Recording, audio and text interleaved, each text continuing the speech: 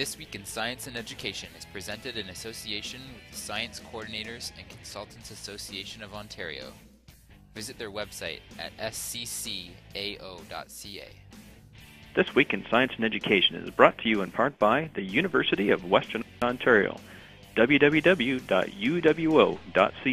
We thank them for their support. This Week in Science and Education is also brought to you by Laurentian University. Check out Laurentian at laurentian.ca. We thank them for their support. All right, welcome to This Week in Science and Education. We're here at the STAO conference, and I'm at the booth here with Brina. We have Sable. Over there we have Petra and Jaws. And Brina's actually going to tell us a little bit about what they do here.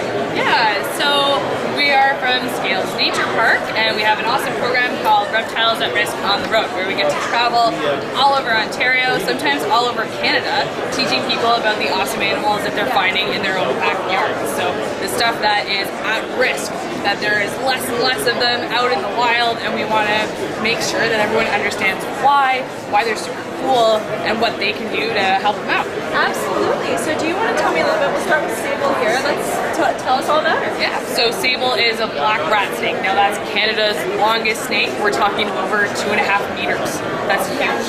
They are only found here in Ontario, which is kind of cool.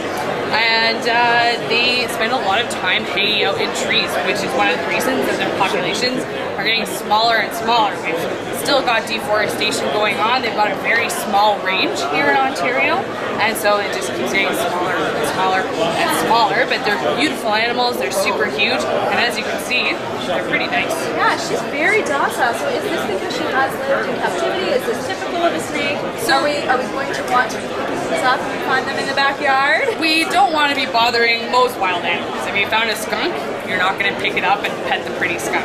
So you shouldn't be picking up snakes and petting them either. But yeah, she was born in captivity. She's been raised in captivity, and her job is to get picked up and pet by hundreds of kids all the time. So she's really good at her job. They're quite docile. This isn't a venomous animal. It's not a dangerous animal. She's just hanging out and is going to head up and hide in tree holes and eats birds and rats and keep, especially cottage country, free of those pesky rodents that you don't want eat your food. You're okay. Yeah, she's nice and warm now, so she's going to be more active. She is happy. Yes. So reptiles are ectotherms, which people call cold-blooded, but we don't like that because it doesn't make sense. If they're out basking in the sun, their blood can actually be warmer than ours. So then they're a hot-blooded, cold-blooded animal. Doesn't make sense. Ectotherm, it's a good science word. We like that one because it is the temperature of the things around them, and that's exactly what it is. If it's cold, they're cold. If it's warm, they're warm. So she's the same temperature as you now. Perfect. Yeah. Excellent. So do you want to tell us a little more maybe about Petra and some Jaws? turtles? Yeah. All right. So we've got 8 different species of turtle here in Ontario, which most people don't actually know, and that's kind of cool. And this is one of them. I think is the prettiest. This is the Blandings turtle, and her name is Petra. You're gonna tell it's a Blandings turtle by this happy yellow smile. So they've got that yellow chin, they always look like they're smiling, and quite a domed shell. So she's young, she's only 15. She's going to be living 80, 100, maybe even 200 years. We don't really know. And that shell is going to become more domed as she gets older. It's going to be kind of like a military helmet. Their populations are declining a lot because of roads. So roads are really important. We use them all the time. But no one taught turtles to look both ways before they cross. Yeah. So they head out there, and especially if it's nice and warm, they'll sometimes even take a nap. Not a good idea. And the ones that we're finding out on the road are usually the females. They're moms. They're headed out there to go find a place, the perfect place to lay their eggs. Blandings turtles will sometimes travel over a kilometer to find the perfect place, several kilometers where they're going to lay those eggs. So the most important thing for us to do is help turtles across the road. And it's really easy. You know, you're especially a kid, you're not driving the car. I don't drive, so I just stick my head out all the time and watch for turtles crossing the road, tell the driver to pull over, and then when it's safe, you pick it up and you carry it across the road in the way that it's going. So a lot of people want to bring it back to that lovely swamp that was a kilometer back. If you bring her back there, she's got to turn around and do the whole thing again. and that is a lot of time. We don't want them doing that, so take them in the way they're going. They know what they're doing. I know there are a lot of misnomers with turtles and disease, and how do you know it's a turtle it's safe to pick up? How do we know this isn't a snapping turtle? Right. It's dangerous for us humans. Yeah, so you're not going to want to lick your hands after. It's probably not a good idea, but you shouldn't lick your hands after you touch your dog either, or another human being. So mostly for salmonella, which is what people are most concerned about, that's really a major issue with captive turtles because they're swimming around in their own water that they're also pooing and peeing in. So it's kind of gross. Should we take a look at the snapping turtle and see how we're going to tell the difference? So he's only a baby. You're going to get a lot bigger than that. But that is a little snapping turtle. And you're not going to be able to pick him up like we did with Petra and carry him around across the room.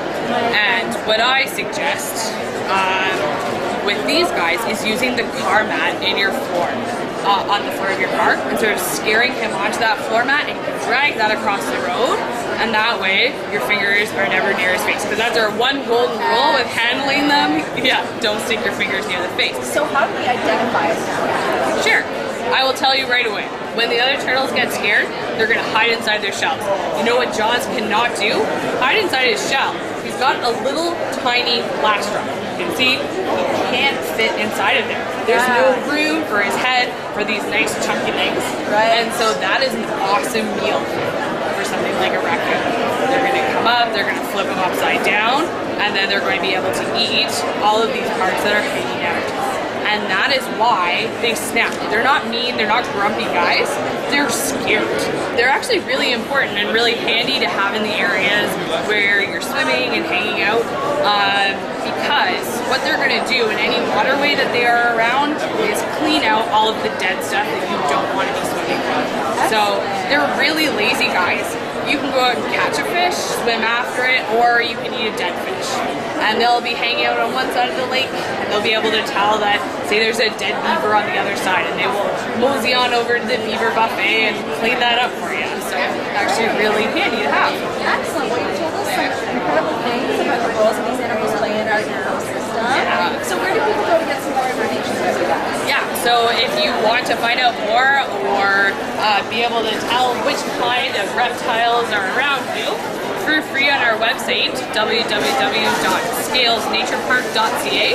You can download these guides, and they have all of the snakes and turtles of Ontario, so you can find out what's hanging out around you, range maps, information, all of that kind of stuff.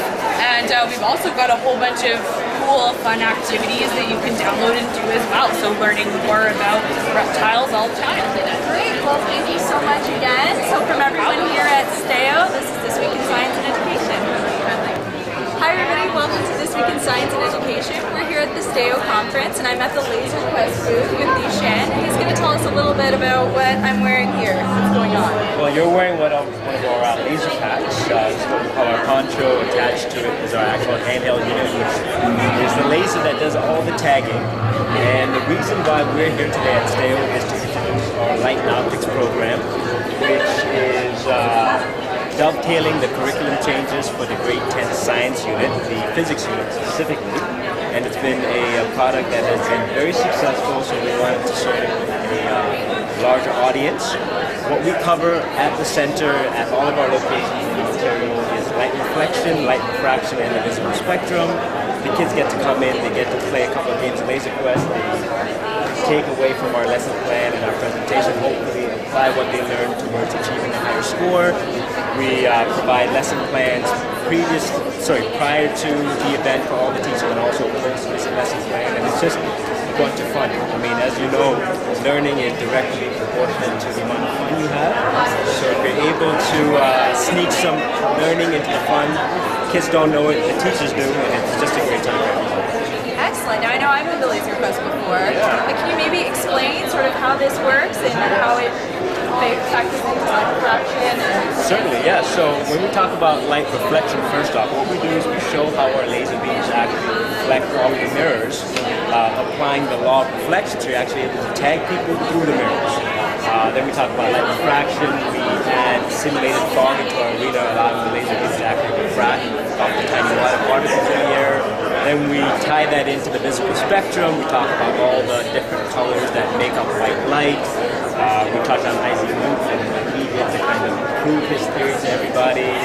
And, you know, we're able to take something that you learned in class but show the practical applications in real life, and also talk about the positive impact that these specific units have had in society. And reflection would be, you know, core mirrors, refraction would be lenses, anything that utilize lenses of visual spectrum. Excellent. Rainbows, all that good stuff. Very cool.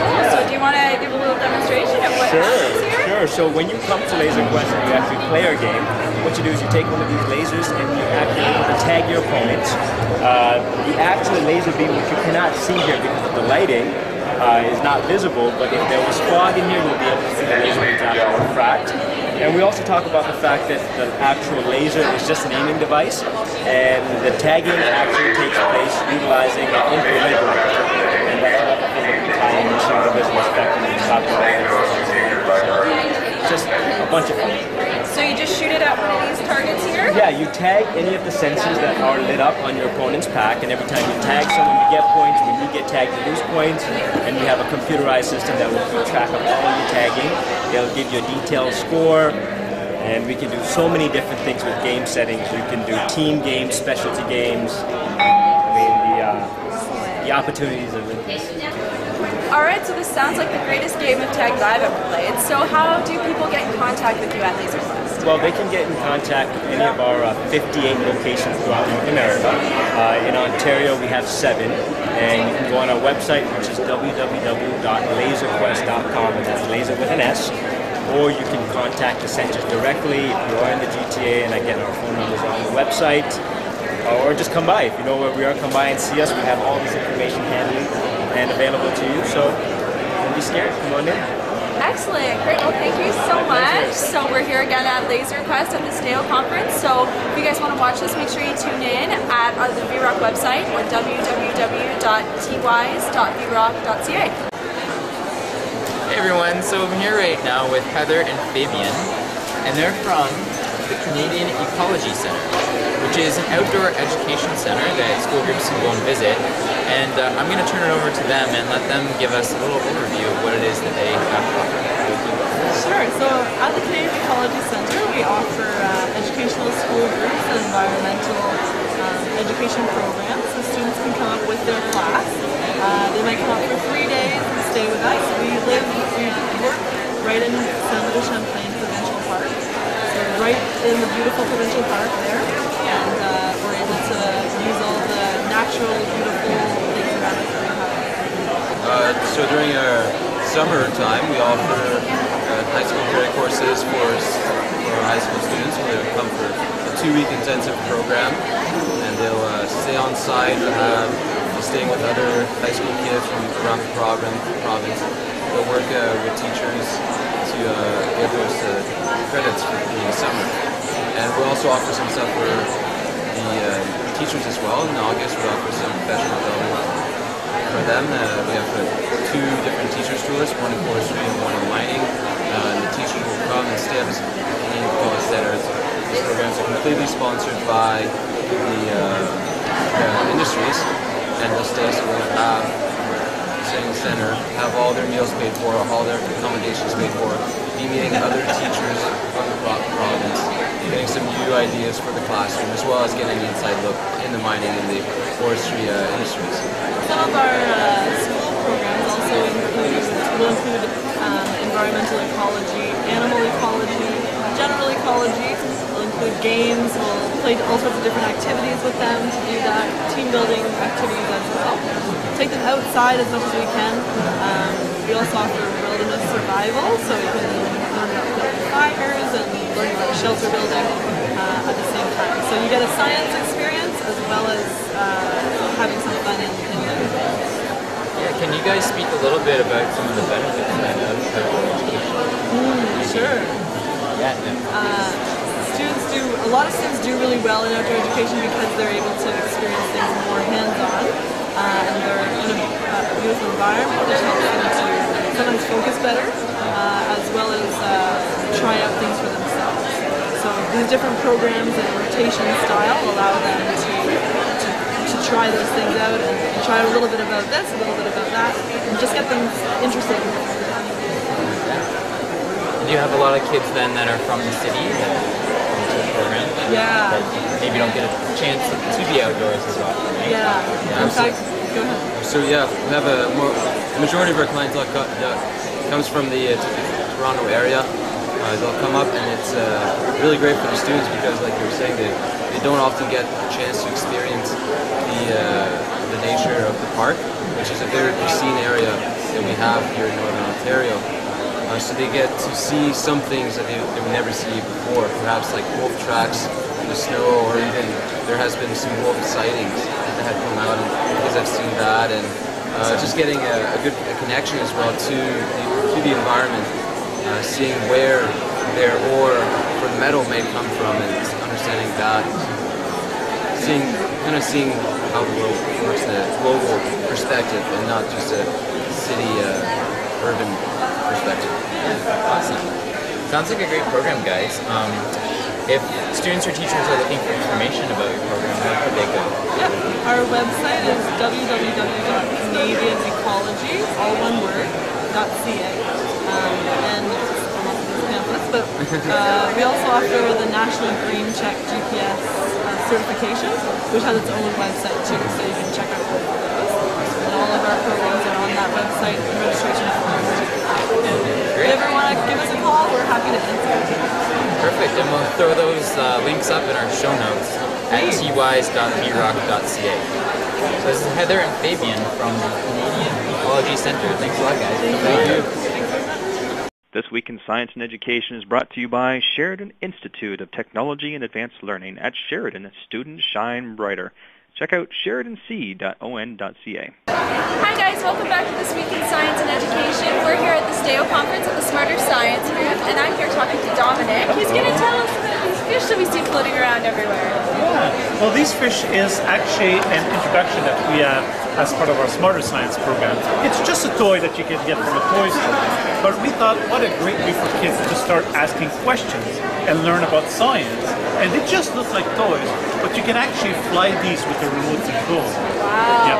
So basically, it's a fish filled with helium, and you have this little weight here that can move up, forward and backward, and the tail will also move.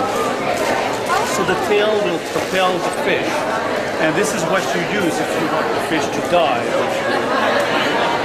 So kids learn because they first have to make this neutral, where it will not sink or not float, but actually stay at the same height. So by adding a bit of plasticine inside here, they do get the perfect weight at which the fish will be in suspension. So there's so many concepts as part of the curriculum that the kids can learn. They can learn how a fish swims, and by actually trying to drive this, you learn a lot about how fish swim.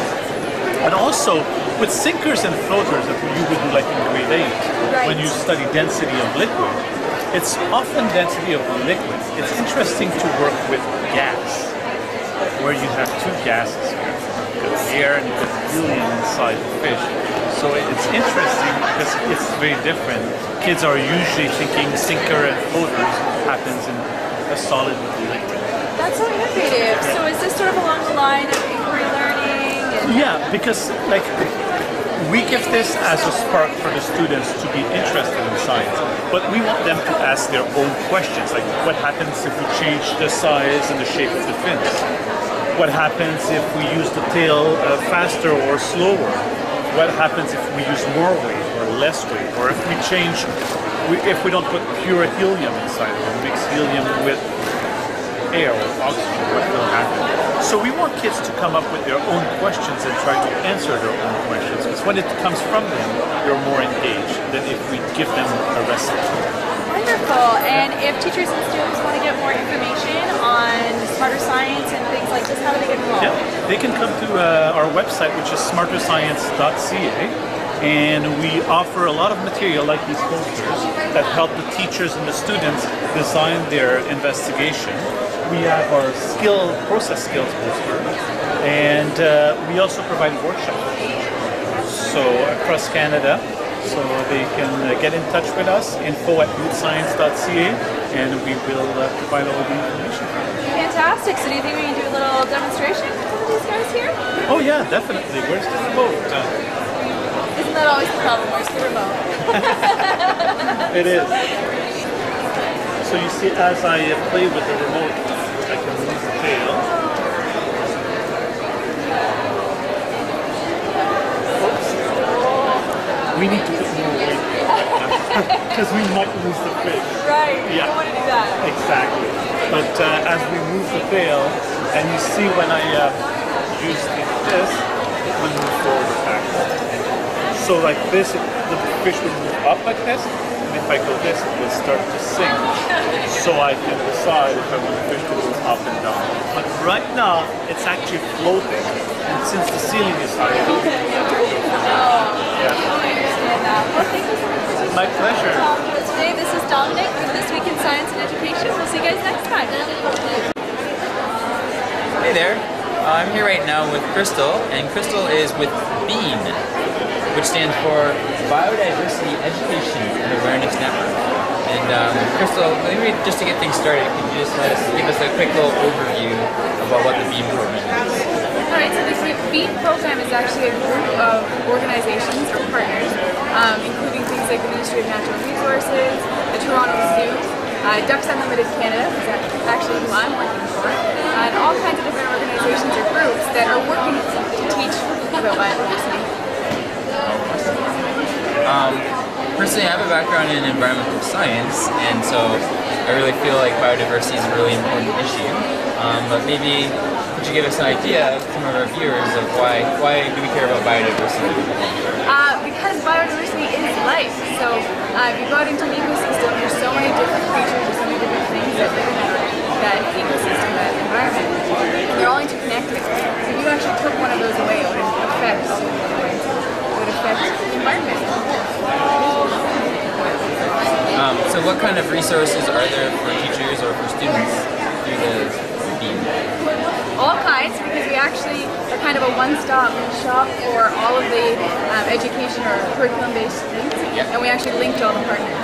So any resources that are available for any grade can be found on the biodiversityeducation.ca website, the BEAN website.